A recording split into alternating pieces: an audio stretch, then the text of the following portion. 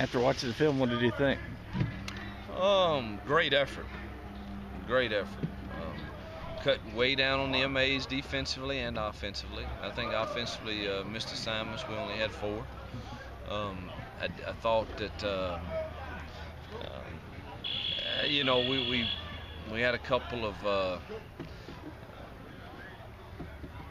how shall I put it, a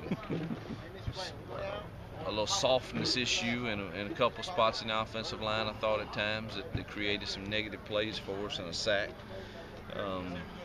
Protection was set properly, you know, and you just soft. You know, and you've watched us long enough, both of you. We don't hold that ball very long, so you know we don't ask our guys to hold up forever. But you know, you got to be physical. We got to get more physical up front. But I was extremely proud of the effort, and you know, and I thought that our coaches had done a good job with the game plan, and I was pleased with the film. But you know, we got to push them for more. We got to expect more. We got to toughen this week. Defense had 18 mistakes last time, you said? 18 integrity issues, yeah. We call them. And how was it this week? Very good. Three issues. Now, we had a safety fell down on that. Their longest play was 18 yards, and you know, our safety fell down, slipped and fell down on that. So that's not a. But our whole deal was do not give up the big play, and make them earn everything they get, and I thought they did a nice job of that.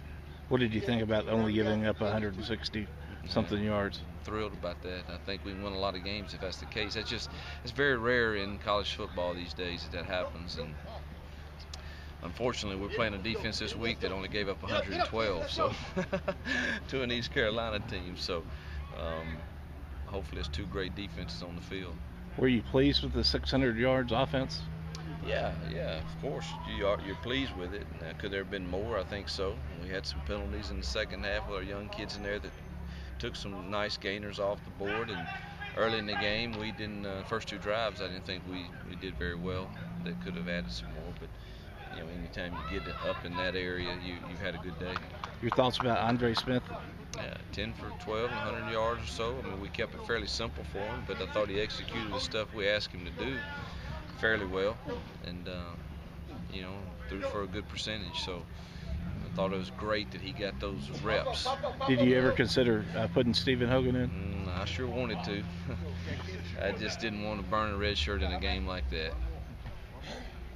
I was going to ask you about Josh Jarboe. Yeah. Just maybe just tell me a little bit about your relationship with him. I know that it goes back a long way. Yeah. You recruited him at Ole Miss. Yeah, I did. You know, when he was at Cedar Grove, I recruited him there, and got to know he and his mom pretty well then, and I think they had a trust in me. You'd have to ask him, he would know that, but obviously he chose to go to Oklahoma at that time.